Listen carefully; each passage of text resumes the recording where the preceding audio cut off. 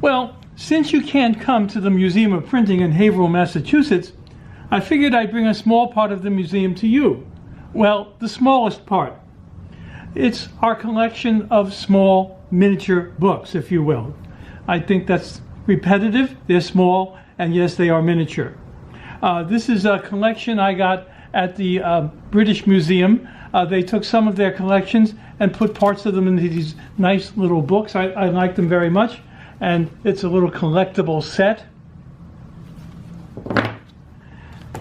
This one here was printed in the 1950s in Williamsburg.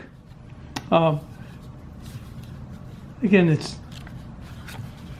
very nicely done. This was a collection that was done in the early 1900s. It is actually a reprint of Gulliver's Travels, and you can see they were done for Lilliput. So they are extremely small. It's a very nice little collection. Comes with its little case. There have been various clubs or printers that have done small issues. This is one from a printer in Weston, Massachusetts. They did a little set of them.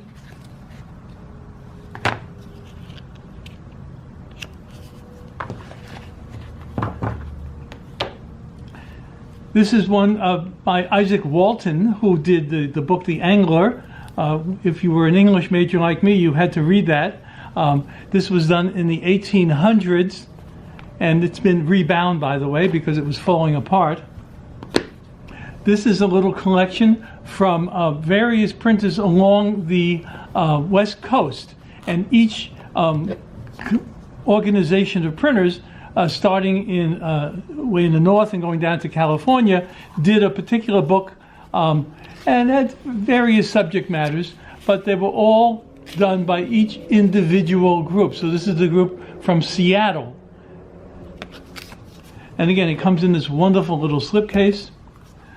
This is one of my favorites. I've always had this one book by William Shakespeare.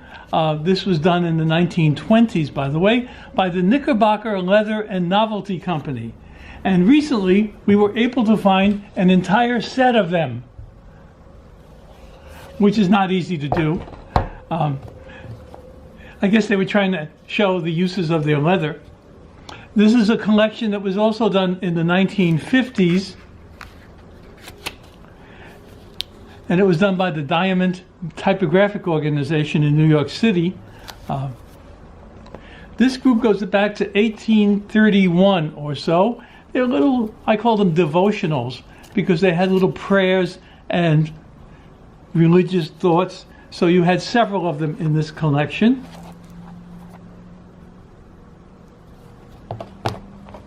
And then there's some miscellaneous ones that we've had for years. This is one that was done by Thomas Tomasini in 1945. It's sort of a calendar of everything happening that year. This was another Thomas Tomasini handout that he did at some event. And this one goes back, it's a reprint of something that was done in the time of Isaiah Thomas. But this is not the original. I'm sure this was a reprint that was done later on. But if you go on Wikipedia and you try to find the smallest book ever printed, well, it comes up with something that was laser printed in some way. I contend that the smallest book ever printed is this one that you can get at the Gutenberg Museum in Mainz, Germany. Now, it comes in this wonderful little case, and I'm using a pair of tweezers to pick it up, but there you can see the book.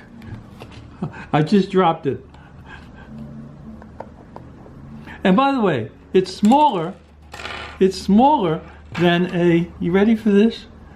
I'm having difficulty picking it up. It's smaller than a tic-tac. I probably should have used an aspirin. That probably would have been better. But I contend that that is the smallest book in the world. This is, again, our collection of miniature books at the Museum of Printing.